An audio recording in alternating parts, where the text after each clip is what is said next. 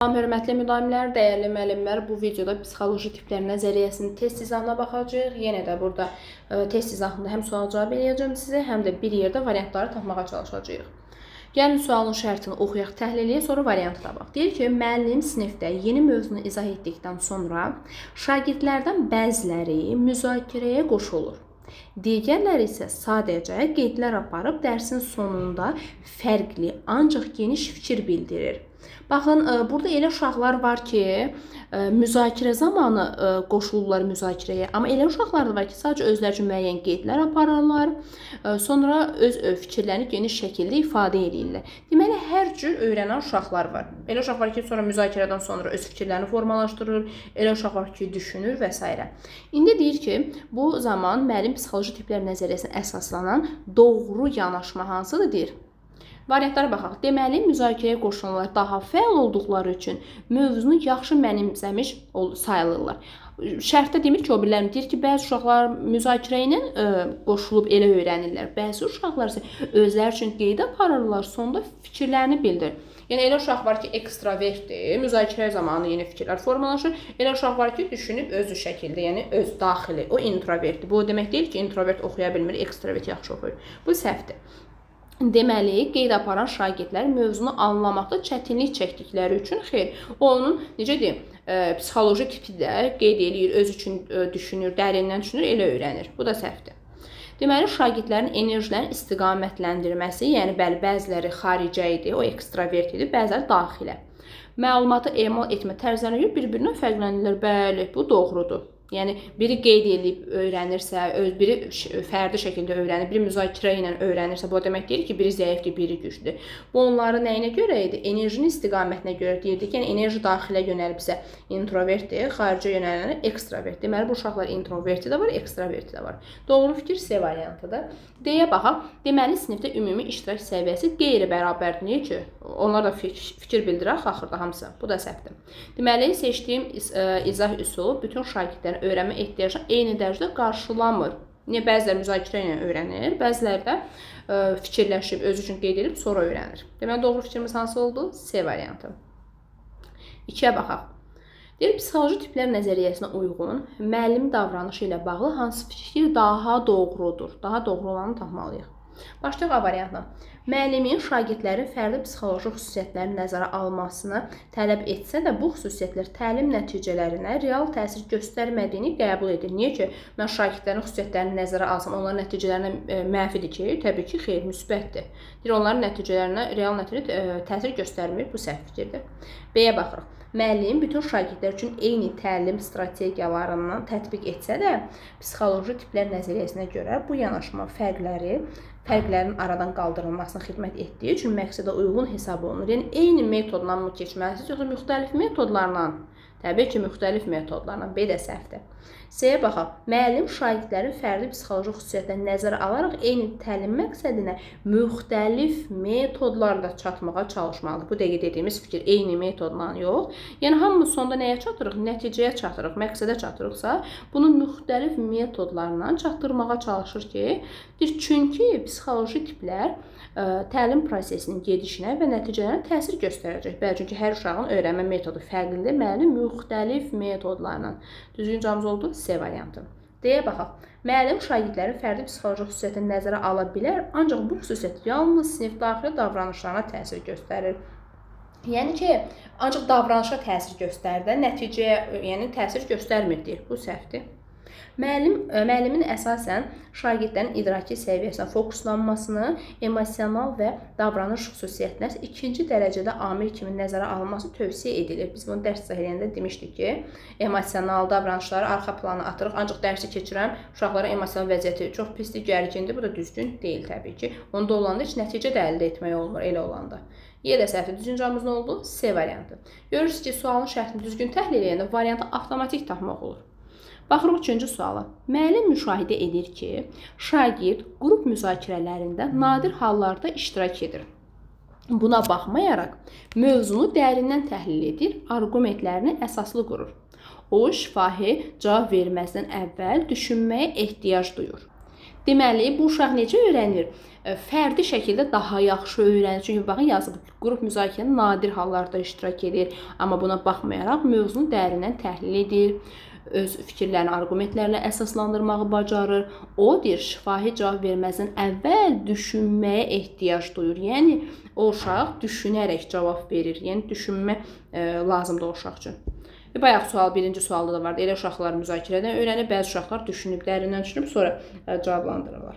Yəni, hansı fikir doğrudur? Sualın şərtinə uyğun doğru fikir hansıdır? Gəlin, baxaq. Müəllim hansı qərar versə bu doğru olar, əsaslı olar. Şagirdi müzakirələrdə daha tez-tez söz almağa təşviq etmək. Şagird deyir, müzakirədən çox dərindən düşünməyə üstünlük verir. Ona görə A-na çıxdıq. Yazı və şifahi fəaliyyətlər arasında balans yaratmaq. Sual, bu şagird hansı formatda daha qəşəng öyrənir?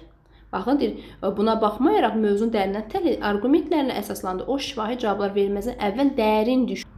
Deməli, bu uşaq cavab verməmişdən əvvəl bu dərindən düşünür. Siz ona elə bir şey verməlisiniz ki, o dərindən düşünsün, düşünmək üçün ona vaxt verilsin də.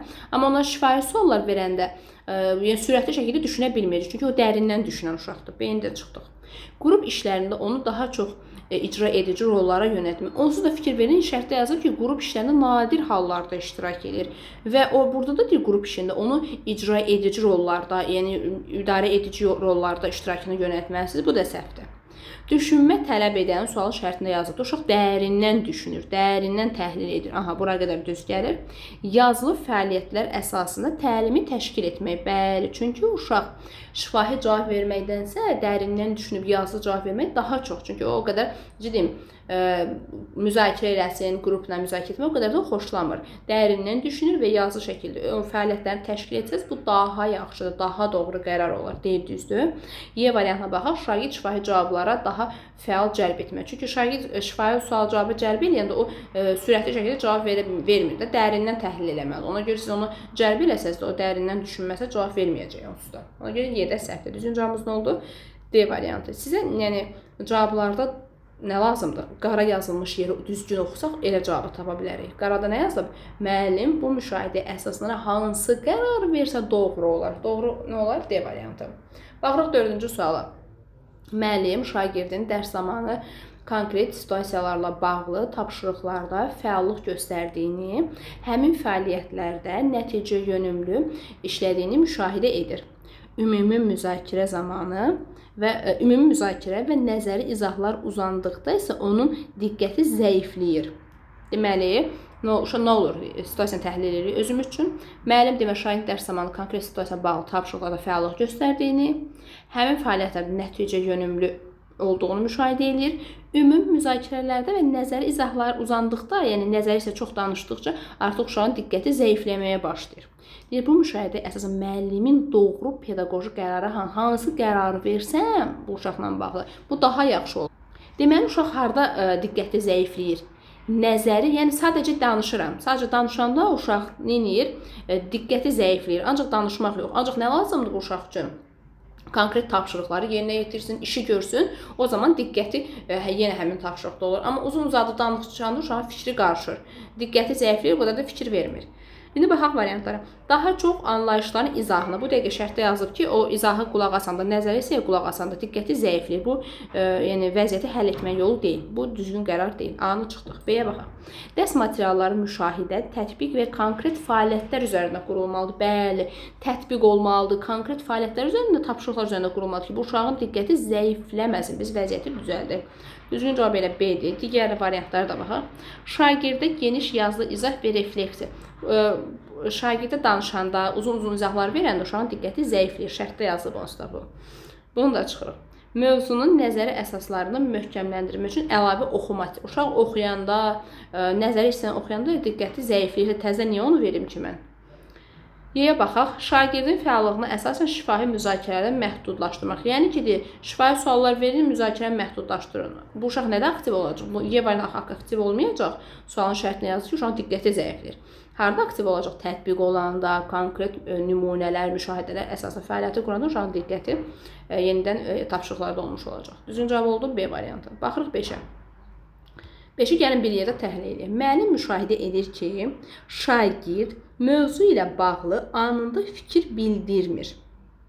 Lakin bir müddət sonra mövzunun mahiyyətini dərindən açıqlayan, indi buraya qədər oxuduq, saxlayırıq. Bu introvertdir, yoxsa ekstravert anında cavab vermir, uzun müddətli düşünür. Bu hansı şəxsiyyət tipinə aiddir? Bəli, bu introvert.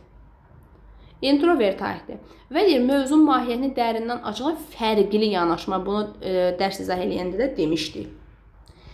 Fərqli nəticəyə gələn, gələcək yönümlü fikirlər bildirən, bir növ yaradıcı fikirlər deyən, yeni fikir, fərqli fikir, gələcəyə dair məlumatlar verən, ehtimallar, gizli əlamətlər, fərziyyələr üzərində fikir yürüdən kim idi? Bəli, bu introvertdir. Bir də introvertin hansı hissəsinə aid idi bu dediklərimiz bayaqdan? Bəli, intuisiya hissəsinə aiddir. Düzgün cavab nə oldu? B variantı. Baxırıq 6-cı suala. Uyğunluq pozulmuşdur yazıb. Gəlin fikirləri oxuyaq. Deyir, introvert duyğu tipinə aid insanlar qərar verərkən xarici faktorlar nəzərə alsalar da, əsasən öz daxili, bunu dərsdə demişdik, təcrübələrdən, praktikadan, təcrübədən, bunlar reallığa güvənirlər, duyğudan danışırıqsa. Bunlar faktlara, detallara, real təcrübələrə üstünlük verirlər və keçmişdə yaşadığı oxşar situasiyanı yaratdığı subyektiv hisslərlə çıxış edirlər. Bəli, əvvəlkilərdə olmuş hər hansı bir təcrübəsi, yəni reallığa güvənirlər də. Reallığa güvənir. Yazır ki, bu introvert duyğudur. Bu düzdür. Qabağına da doğru yazıldığı üçün uyğunluq gözlənilmişdir. Ona görə keçdik ki, yəni bu cavab deyil, bizə pozulmuşdur lazımdır. İnsanın introvert və ekstravert fərqliliyi onun ünsiyyətçilik dərəcəsi ilə deyildir. Psixoloji enerjisini hardan qidalandığı ilə bağlıdır. Bəli, introvertlər daxildən qidalanır da, ekstravertlər isə xaricdən qidalanması ilə bağlıdır. Bu düzdür.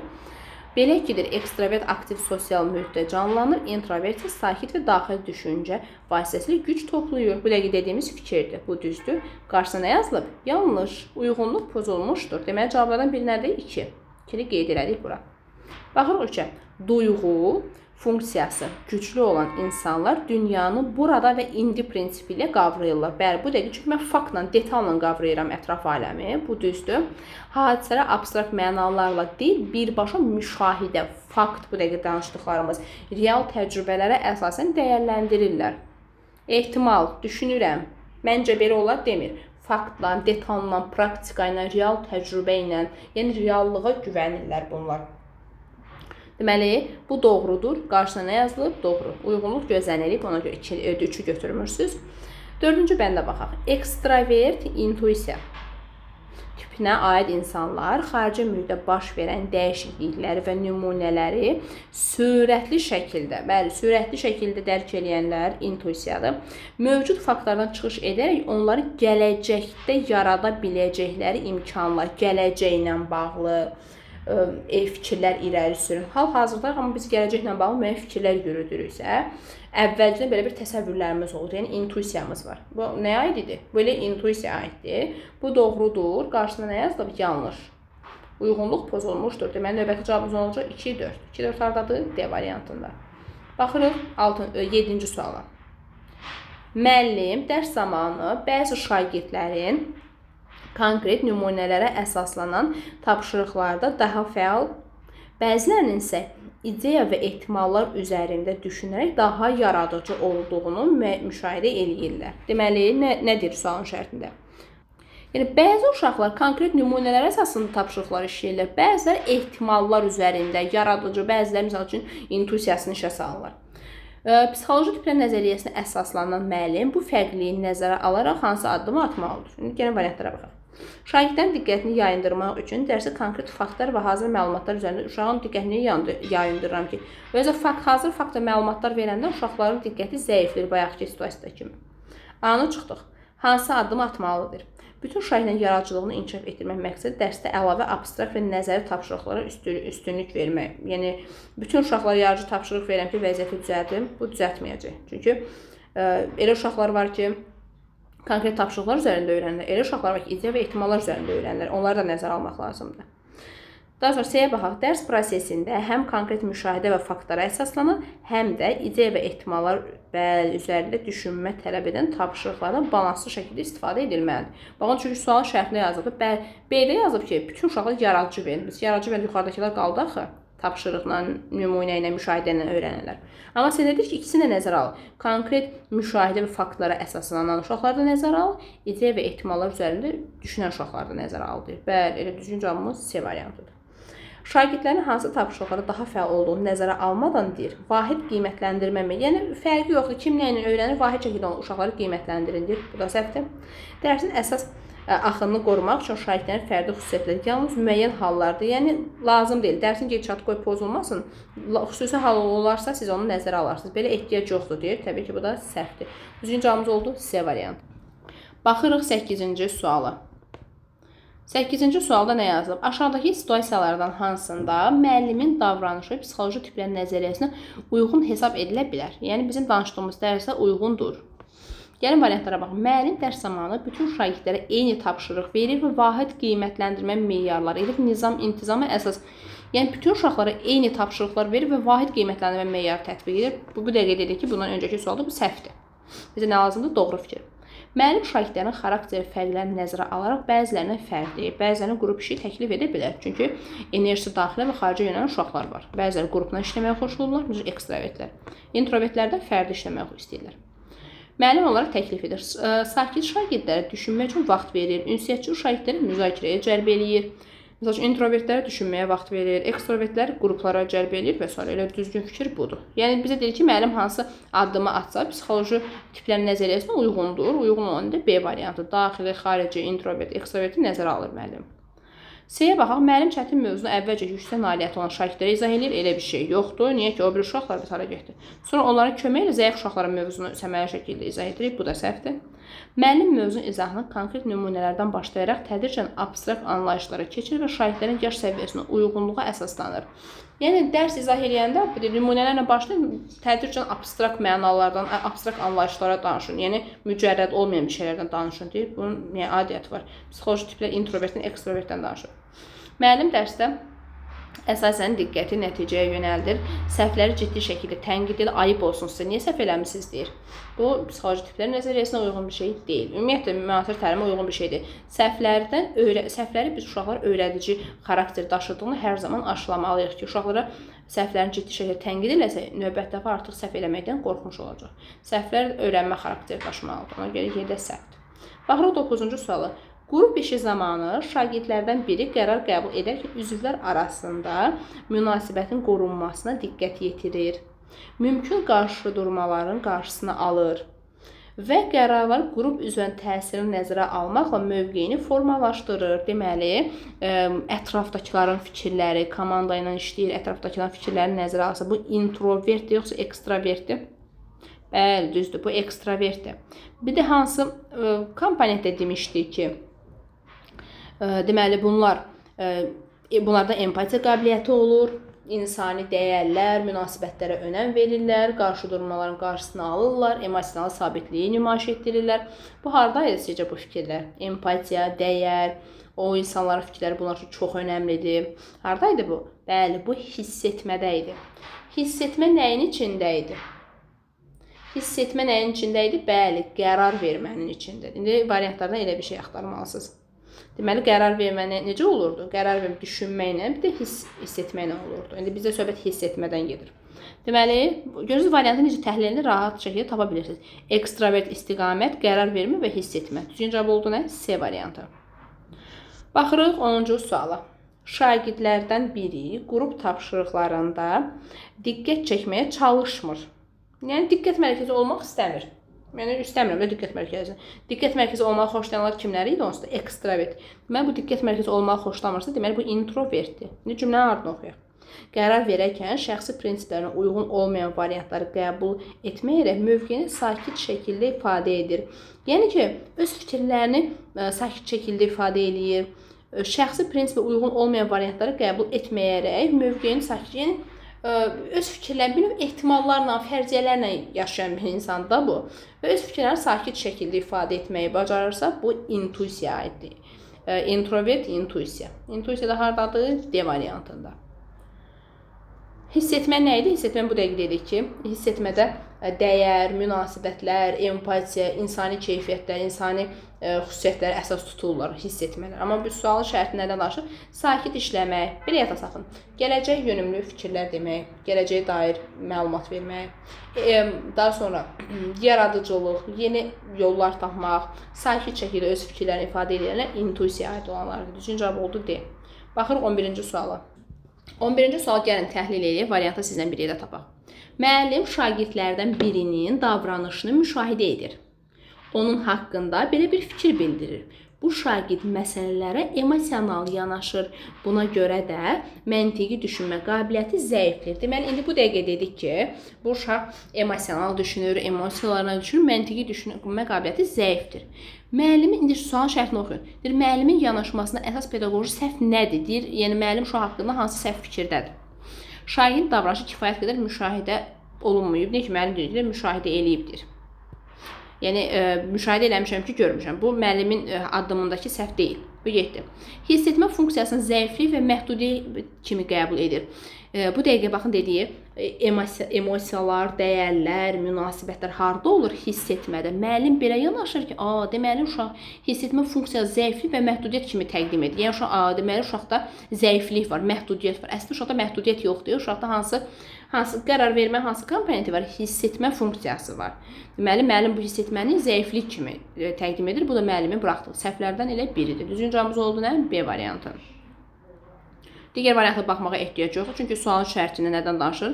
Emosional yanaşır. Müəllim dedi ki, deməli bu emosional yanaşırsa bu uşaq düz eləmir, səhv eləyir. Müəllim uşağın hiss etməsini səhv anlayış kimi qəbul edib səhv yanaşır. Ona görə də bu düzgün deyil. Düzgün cavabımız nə oldu? B variantı. Deməli, hər dəfə indi testin axırına çatana qədər yenə sual verəcəm sizə. Emosional düşünənlər, dəyərlər, insani keyfiyyətlər, insani münasibətlər, empatiya olanlar hansılar idi? Hiss etmə komponenti toplaşıb. Baxırıq 12-ci suala. Müəllimin dərs planlaşdırarkən həm ekstravert, həm introvert şagirdlərin xüsusiyyətlərini nəzərə almaması hansı nəticəyə gətirib çıxarda bilər? Ümumiyyətlə, variantlara hələ ki baxmayın. Mən uşaqların introvert, ekstravert olduğunu nəzərə almıramsa, deməli uşaqların nə istədiyini tam olaraq mən bilmirəm. Çünki mən nəzərə almırıq dərs keçirəmsə, uşaqlar nə istəyirlər? Nəyi bacarırlar? Yəni, nə var potensialında, güclərində nə var? Mən onu bilmirəm. Deyir, hansı nəticə gətirib çıxara bilər? Bu yanaşma nəticəsində dərsin strukturu daha aydın və idarə olunan hala gəlir. Bu, getdi. Bu, introvert, ekstravertdən danışırıq. Onları nəzərə almamaqdan danışırıq. Bu, getdi. Bu hal sinifdə bütün şagirdlər üçün vahid dəyişməz iştirak modeli formalaşına səbəb olur. Bu da getdi. Yəni, vahid standart forma olur da deyir sizdə. Bu səhvdir. Bu vəziyyətdə bəzi şagirdlər öyrənmə potensialı tam şəkildə üzə çıxmaya bilər. Bəli. Çünki introvert, ekstravert, biz dərsdə danışmışdıq da introvertlərin xüsusiyyətləri hansılardır? Ekstravertləri. Mən onu nəzərə almalı dərs keçirəm, uşağın potensialını üzə çıxarda bilməyəcəm. Düzgün cavabımız oldu C variantı. Baxırıq, digər variantı oxumağa ehtiyac yoxdur. Çünki introvert, ekstravertdən danışırıqsa, uşaqların potensialını üzə çıxara bilməyəcək. Biz onları nəzərə almadan dərs keçəcək. Baxırıq 13-cü suala. Deyir, müəllimin psixoloji tiplərinə əsaslanan ən uyğun tədris yanaşması hansıdır? Psixoloji tiplər nəzəriyyəsinə uyğun ən doğru variant hansıdır deyir müəllimin yanaşmasında. Təlim prosesini daha səmərəli idarə etmək üçün dərsin tempini orta səviyyədə saxlayır, şagirdlər eyni səviyyədə iştirakını gözləyir. Axı, hamı eyni səviyyədə iştirak eləməyəcək. Mesela introvertlər qrup müzakirələrdə biraz yayınmış olacaqlar, bəziləri fərdi şəkildə düşünəcək, hamı eyni səviyyədə iştirak eləmir. Bu getdi. Sinifdə fəallığı artırmaq məqsədi dərsin əsas hissəsi müzakirə və şifahi cavablar üzərində qurur. Bu ekstravert üçün uyğun olsa, introvert üçün uyğun olmayacaq axı bu. Bu da getdi. Tədrisdə çevik yanaşma tətbiq edərək müxtəlif ifadə və fəaliyyət üsullarına yer verir. Baxın, müxtəlif fəaliyyətlərə yer verir. Şagirdlərin müxtəlif şəkilli iştirakına imkan yaradır. Yuxarıdakı kimi demir də, hamınız müzakirə edin. Müəllim burada müxtəlifi nəzərə alıb onların iştirakına imkan yaradır. Elə düzgün cavabımız oldu C variantı. Şagirdlərin davranış xüsusiyyətlərini nəzərə alaraq onlara uyğun rolları müəyyənləşdirir və dərs boyu bu bölgünü qoruyur. Kimə nə rol vermişəmsə, uşaqlar həmin rolu icra eləsin ilk qutarana qədər. Bu da səhvdir. Daha sonra dərsin məqsədlərinə fokuslanaraq məzmun standartları formada təqdim edir. Fərdi fərqliliklər tədris prosesinin təsirini məhdudlaşdıran şagirdin fərqliliyi nəzərə almırsa, bu psixoloji tiplər nəzəriyyəsində ümumiyyətlə ziddir. Birinci cavab oldu C variantı. Baxırıq 14-cü suala. Deyir 14-cü sualı. Gəlin sualı bir yerdə oxuyaq təhlil. Müəllim mövzunu izah etdikdən sonra sinifdə müzakirə təşkil edir. Bütün şagirdlər fəal iştirak etməyi gözləyir. Yəni müzakirədə istəyirəm ki, bütün şagirdlər fəal iştirak etsinlər.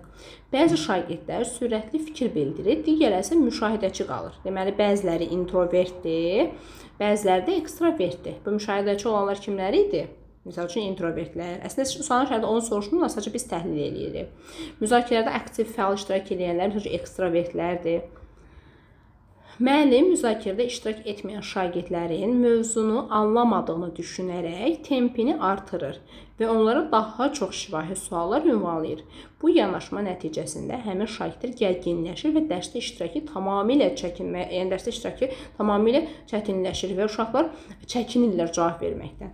Müəllim psixoloji tiplər nəzəriyyəsini nəzərə alsaydı, deyir, bu vəziyyətin yaranmaması üçün, baxın, yaranmaması üçün hansı addımı atsaydı, deyir, dərsin əvvəlində, hansı addımı dərsin əvvəlində atmalı idi. Baxın, burada müəllim, burada müşahidəçi düşünən uşaqlar var. Mən həmin uşağın düşünməsi üçün vaxt verməli idim ki, o uşaqlara düşünsün. Hələ bu yoxdur, mən hələ biraz da sürətli sual cavab edirəm. Uşaqlar artıq çəkinirlər, cavab vermirlər. Deməli, deyir, bu vəziyyətin yaranmaması üçün hansı addımı dərsin əvvəlində atmalı idim? İndi gəlin variantlara baxaq. Müzakirədən sonra iştirak etməyən şagirdlər üçün bu deyir, dərsin əvvəlində hansı addımı atmalıdır? Müzakirədən sonra demir. Bu getdi.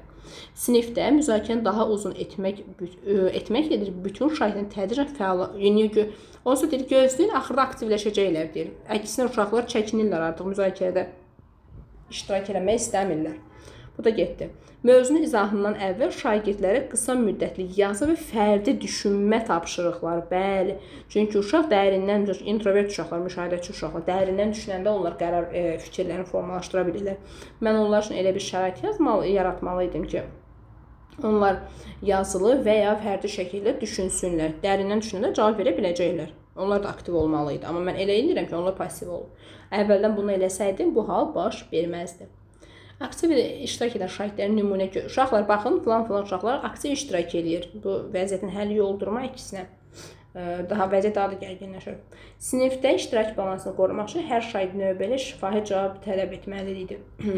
Deyir ki, yəni hər 30 nəfər şahid olsa 30-undan da şifahi şəkildə tələb eləməlidir. Hamı cavab vermək. Bu düzgündürmü? Bəs psixoloji tiplər nəzərsiz hara getdi biz?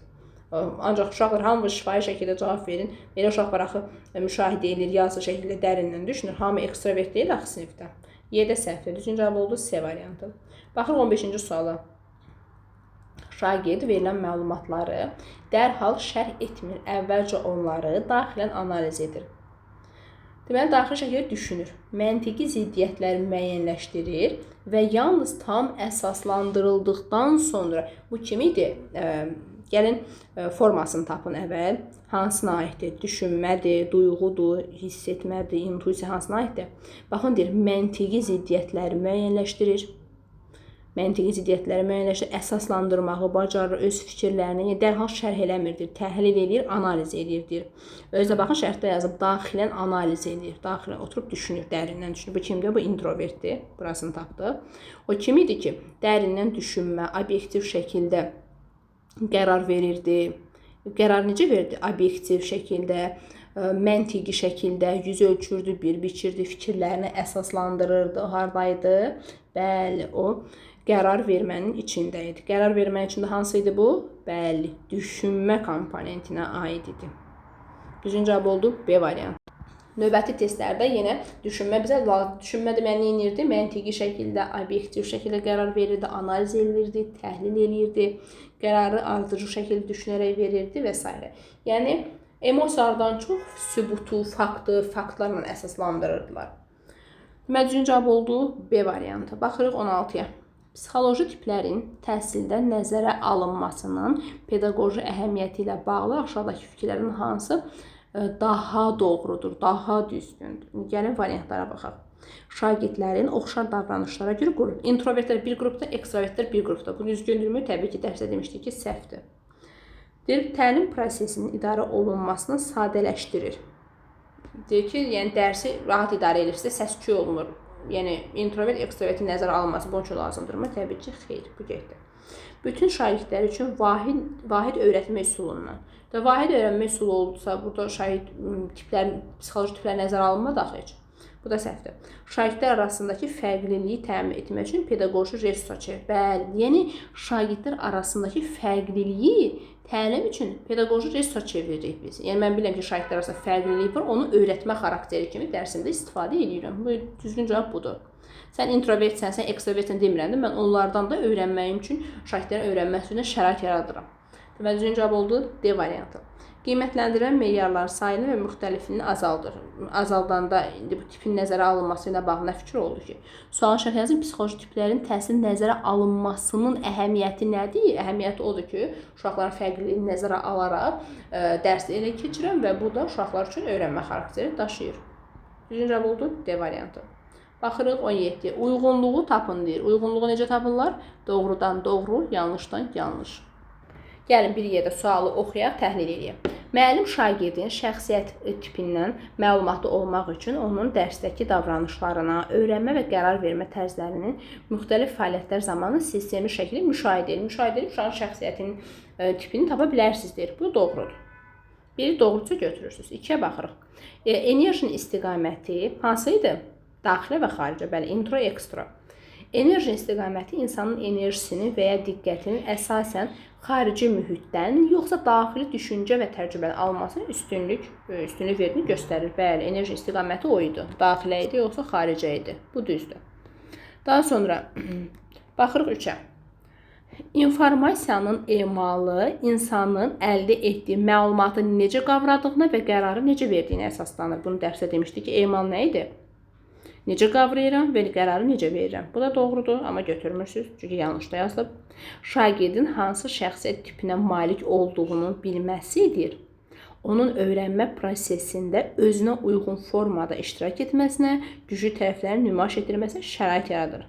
Bəli, yəni mən bir şagird olaraq mən bilsəm ki, hansı şəxsiyyət tipinə malikəm, özümü düzgün şəkildə göstərə bilərəm. Bu da doğrudur. Deməli, bütün fikirlər doğrudursa avtomatik nə götürürsünüz? Uyğun olanlar. Uyğun olan hansıdır? 1 ilə 2. Uyğunluq gözlənilmişdir. 18-ə baxırıq. Dərs zamanı şagirdlərdən biri sinifdə baş verən dəyişiklikləri müşahidə edir. Real nümunələr təqdim edildikdən daha çoxdur.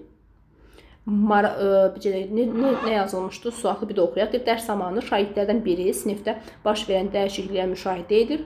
Real nümunələr təqdim edildikdə daha çox maraq göstərir. Reallığa daha çox üstünlük verir. Bir də tapşırığın icrasında praktik şəkildə nümayiş. Ümumiyyətlə, variantlara baxmayın, gəlin mən sizə sual verim. Onlar kimləri idi ki, daha çox faktlara, detallara, real təcrübələrə, praktikaya əsaslanan kimləri idi onlar? Hətta onlar demişdik 5 üzvü vasitəsilə, üzvünün adını demirəm də, özü tahminasız deyil. 5 hansı üzvü? Bəli, duyğu üzvləri vasitəsilə görərək, eşidərək, hiss edərək, toxunaraq öyrənir. Real fakta əsaslanır. Real təcrübələrə əsaslanır. Praktika, təcrübəyə əsaslanan, fakta, detallara əsaslanan kimlər idi? Bəli, bu duyğu idi. İndi baxın. Bu uşaqlar, deməli, bu duyğu olduğunu tapdınız. Duyğu da nəyə aid idi? Hansına aid idi? Qavramasına idi, yoxsa qərar verməsinə görə idi? Duyğu, bəli, qavramasına görə idi. Bir də bunlar praktika eləyirlər, komanda şəklində işləyirlər, sinifdə baş verən dəyişiklikləri müşahidə eləyirlər, təqdim eləyirlər və s. Bu da hansına aiddir? Ekstravertə. Ekstravertdir, qavrama xüsusiyyətinə görədir duyğu. Düzgün cavabımız oldu C variantı. Ona görə baxın, dərsdə demişdik, qavrama funksiyasında ayrı demişdik, qərar vermə funksiyasında demişdik. Qavrama funksiyalar hansılar idi? Gəlin bir yerdə təkrarlayaq. Duyğu, o birisi nə idi bəs?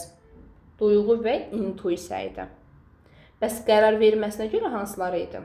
Qərar verməsinə görə düşünmə və hiss etmə idi, bəli. Daha sonra baxırıq 19-a. Müəllim yalnız qrup müzakirələri və şifahi cavablar əsasında qiymətləndirmə aparır.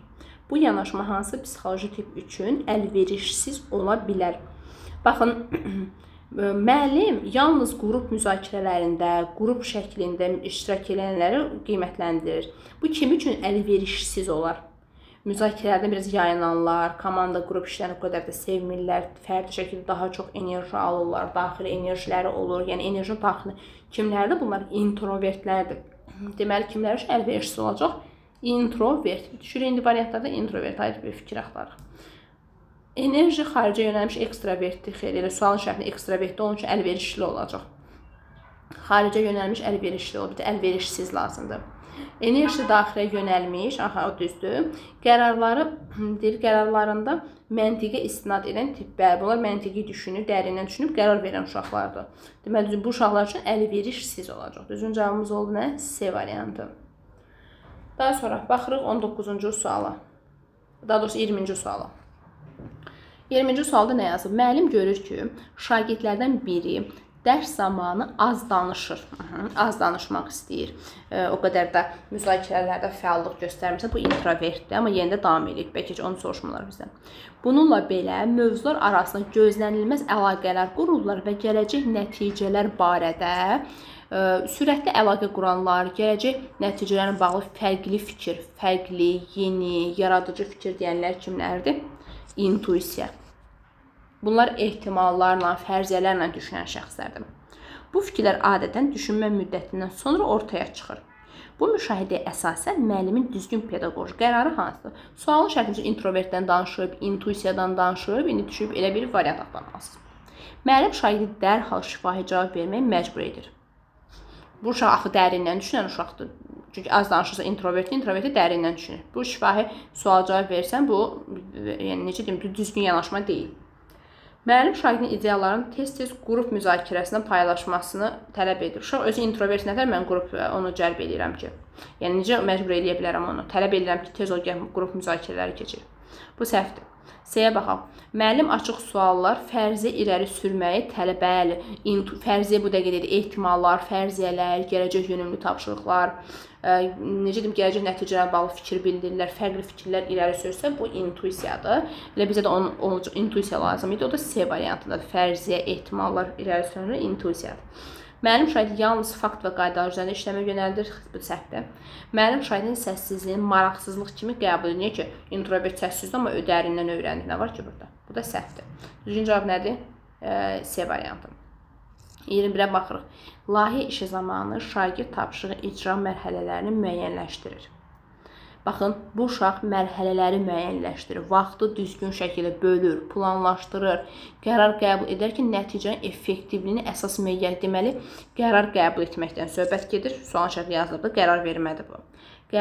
O hansı qərar vermə? İki komponenti var idi. Qərar vermə, düşünməkdir, bir də hiss etmə.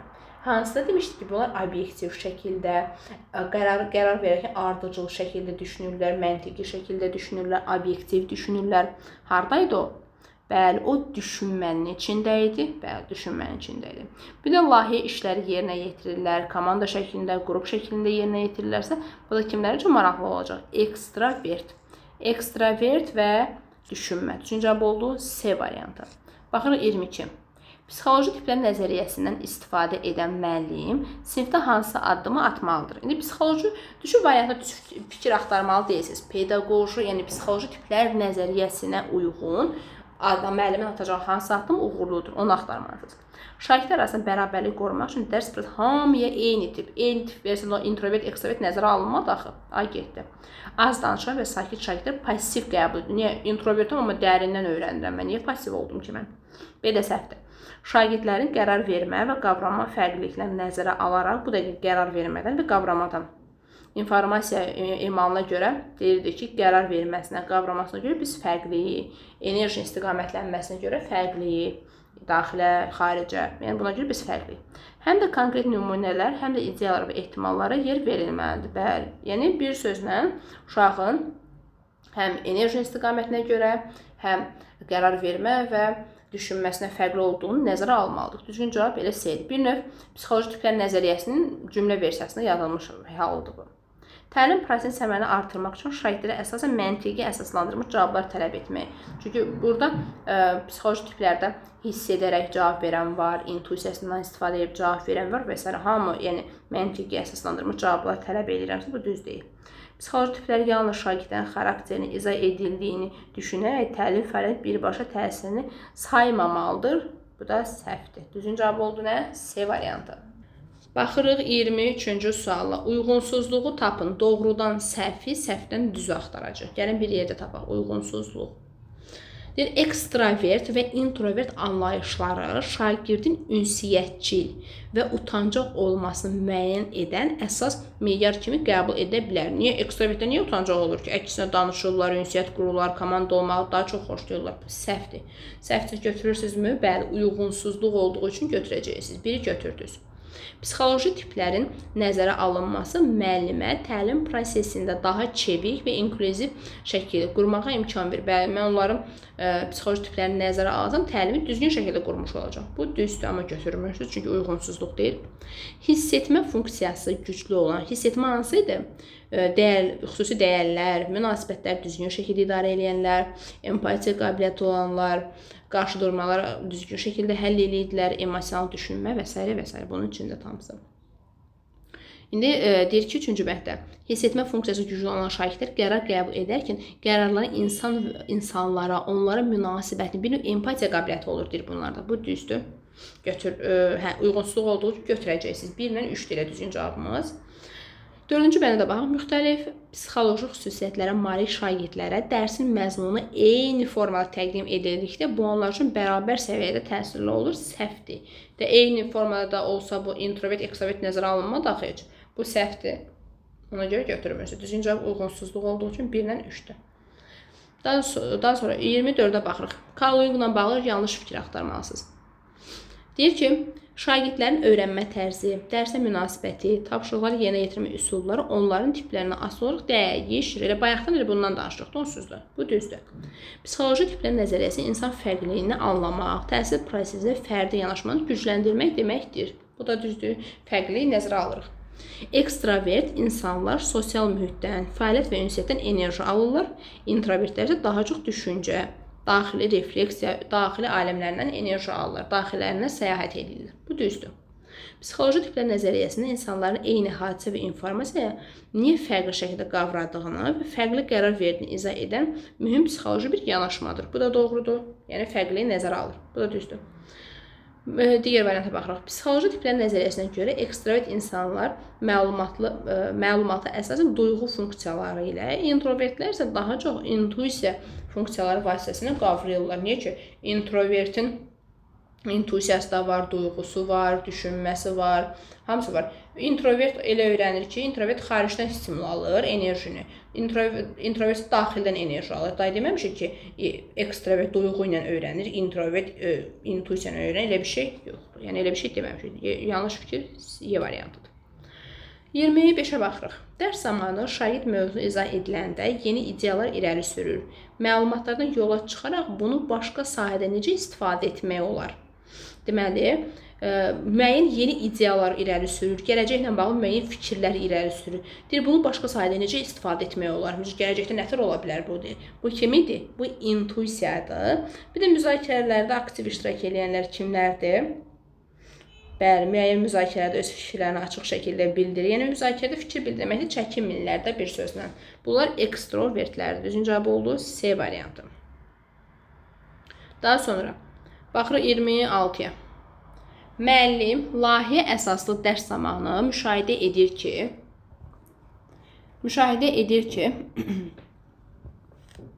şagirdlərdən biri tapşırığın əsas istiqamətini qısa müddətdə müəyyənləşdirir, vaxt bölgüsünü aparır, resurslardan istifadəni planlaşdırır və qrup üzvlərinə ən səmərəli ardıcıllıq hansıdır sualı ilə istiqamət verir. Müzakirələrdə arqumentlərini faktlar və nəticələrə əsaslandırır, şəxsi münasibətlər qərarlarına təsir göstərmir. Şagirdin şəxsiyyət tipini nəzərə alan müəllimin hansı pedaqoji qərar verməsi məqsədə uyğun? Variantlara baxmadan gəlin baxın belə bir sual verim sizə. Baxın, qərar verərkən ardıcıl şəkildə düşünən, qısa müddətli müəyyənləşən vaxt bölgüsünü baxın aparır. Resurslardan istifadəni planlaşdırır. Ən səmərəli ardıcıllıq hansıdır? Argumentlərini faktlarla əsaslandırır. Şəxsi münasibətləri, yəni faktlara, sübutlara təsir göstərmir. Faktla, sübutla, məntiqi şəkildə düşünən, ardıcıl şəkildə düşünənlər hansılar idi? Bu qərar vermədə düşünmək idi. Bəli, indi düşüb belə bir variant axtarmalısınız. Deyir, C variantına baxın, şagirdi nəticə yönümlü yanaşma tələb edən qərar vermə mərhələsində aktiv olduğunu biz burada deyə bilərik. Bəli, demək düzgün cavabımız oldu C variant. Çünki bu ardıcı düşünməkdən, məntiqi düşünməkdən, arqumentlərdən istifadə, faktlarla düşünənlərdən söhbət gedir. O da hardaydı? Qərar vermə mərhələsindir. Aktiv rol vermə. Bu uşaqlar aktiv rol versə, bu daha məqsədə uyğun. Düzgün cavab oldu C variantı. 27. Görürsünüz, variantlara baxmağa ehtiyac yox. Birbaşa şərti təhlil edib, variantı tapıb daha sonra bəndlərə baxmaq lazımdır. 27. Müəllim sinifdə qrup layihəsi tapşırığı verir. Şagird müzakirə zamanı az danışır. Demək, az danışırsa bu hansıdır? Intro yoxsa ekstro? Bəli, bu introvertdir. Daha çox dinləyir, müşahidəçi xarakter daşıyır da bir sözlə. Sonradan müəllimə yaxınlaşıb layihənin ideya və nəticə hissəsini tək hazırlamaq istədiyini bildirir. Deməli, 100% bu introvertdir. Mövzu üzərində uzun müddət düşünür və bir neçə gün sonra qrup yoldaşlarına problemin gələcək nəticələrini əks etdirən, gələcəklə bağlı, gələcək nəticələrlə bağlı fikir bildirirəmsə, deməli, bu hansına aid idi? Bəli, bu intuisiya aiddir. Özə baxın, yazıb fərqli yanaşma, yeni yanaşma, fərqlilik, yenilik, gələcəklə bağlı müəyyən fikirlər demək, bu intuisiyanın içindədir. İntuisiya və introvert düzgün cavab oldu Y variantı. Daha sonra baxırıq 27-yə, 28-də daha doğrusu. Şagird yeni tapşırıqla qarşılaşdıqda əvvəlcə onu keçmişdə yerinə yetirdiyi oxşar işlərlə müqayisə edir. Dəyişikliklərə tədricən uyğunlaşır. Hansı birində demişdik ki, real təcrübələrinə əsaslanır, praktikasına əsaslanır, faktlara, detallara əsaslanır və tapşırığı icra edərkən konkret nəticəyə köklənir, fikirlərini açıq müzakirələrdə paylaşmağa tələsmir. Yəni ki, fikirlərini müzakirələrdə paylaşmağa tələsmir, dərindən düşünür, uzun müddətli düşünürsə, bu introvertdir. Introvert də hansına aid idi? Duyğuya yoxsa intuisiyaya? Bayaqdan sadaladıqlarımız hər biri hara aiddir? Duyğuya aiddir. Düzgün cavabımız oldu D variantı. Faktlara, detallara, real təcrübələrinə əsaslanan əvvəlki öz həyatına baş vermiş təcrübəsini gözünün qarşısına gətirib elə hərəkət edənlər duyğudur. Introvert vergül duyğu, o da D variantındadır. Baxırıq 29-a. Şəxsi tipləri ilə bağlı uyğunluq hansı variantda gözlənilmişdir? Ekstravertlər düşünmə, qərarları daha çox şəxsi münasibətlər uyğunlaşdırır və qrup daxili harmoni qorumağa üstünlük. Ekstravertdir, düşünmə, qərarları daha çox şəxsi münasibətə uyğunlaşdırır, yoxsa ətrafdakılardan stimul alır, ətrafdakıların fikri bunlar üçün daha çox önəmlidir. Təbii ki, ətrafdakıların. A getdi. Introvert duyğu, yenilik və ehtimallardan çox gələcək ideyalar üzərində düşünür, mövcud faktlarla kifayətlənmirdir. Introvertlər kimlər idi? Daxili enerji, yəni enerjini daxildən alan şəxslər idi. Duyğu, yenilik, ehtimallardan çox gələcək ideyalar üzərində düşünür, mövcud faktlarla kifayətlənmir. Onlar introvertlə ekstravertin mənası odur ki, ekstravert enerjini xaricdən alır, introvert daxildən alır. Bu amma xüsusiyyətlərin adlarını yazıb, qavraması, qərar verməsi xüsusiyyətlərini götürüb introvertin qarşısına yazıb. Bu getdi. Introvert intuisiya dərs zamanı tez-tez fikirlərini açıq şəkildə səsləndirir. Introvert hardan açıq şəkildə səsləndirir ki? Tez-tez səsləndirən, açıq şəkildə səsləndirən ekstravertdir. Bu da səhvdir.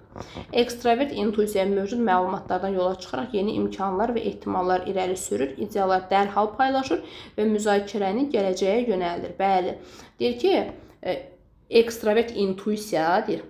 Mövcud məlumatı yola çıxaraq yeni imkanlar və ehtimallar irəli sürür, müzakirələrdə aktiv iştirak edir, dərhal paylaşır, yeni ideyalar, ehtimallar deyirsə, o da intuisiyadır. Bu da düzdür. Düzgün cavab elə oldu D variantı. Baxın, B-də də yanlışlıq vardı. Duyğu, yenilik və ehtimal. Ehtimal və yenilik harada olur? İntuisiyada olub. Amma B-də onun qabağına nə yazıblar? Duyğu. Duyğu daha çox nəyə əsaslanırdı? Hisslərə, emosiyalara yox, faktlara, detallara, real təcrübələrə əsaslanır. Daha sonra düzgün cavabımız deyil, sadəcə digər variantlarda təhlil edirik.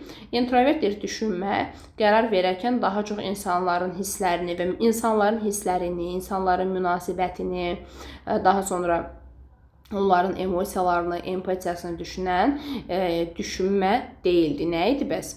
O hiss etməkdir. Y-də yanlışdır. Düzgün cavabımız oldu D variantı. Baxırıq 30-cu sual. Şəxsiyyət tipi ilə davranış arasındakı uyğunluq hansı variantda düzgün verilmişdir? İndi baxaq, hansı düzdür? Ekstravert düşünmədir. Qərarlarını əsasən daxili dəyərlərə uyğun formalaşdırır. Bu daxilidirsə, bu niyə ekstravert olsun ki? Bu introvert olardı elə. Ha getdi. Introvert duyğu dərs zamanı yeni ideyalar irəli sürür. Mövzunun gələcək tətbiqi, ehtimallar, gələcək duyğu idi, yoxsa intuisiya idi? İntuisiya idi. B də səhvdir. Introvert intuisiya tapşırıqlar icra edək konkret faktlara və əvvəldən sınaqdan keçmiş üsullara. İntuisiya ehtimallara, fərziyyələrə əsaslanır, konkret sübutlara əsaslanmır. Bu da səhvdir. Ekstravert intuisiyadır. Müzakirə zamanı mövzudan kənara çıxaraq yeni istiqamətlər, ideyalarını dərhal səsləndirirlər, dəyişikliklərə açıq yanaşırlar. Bəli, bu düzgündür. İntuisiya elə o idi da, kənara çıxmaq, yeni, yaradıcı, fikirlərini tez şəkildə bildirirlər. Bir növ çərçivədən yenilik, yaradıcılıqda kənara çıxırlar. Bu düzdür. Introvert düşünmə, qrup işlər, yəni introvert düşünmə, daha doğrusu qrup işlərində təşəbbüs göstərir. Introvert qrup işində harda təşəbbüs göstərir? Təşəbbüs göstərən ekstrovertdir, introvert deyil. Deməli 30 testinin izahına baxdıq. Ümid edirəm ki, hər birinin üçün faydalı izah oldu.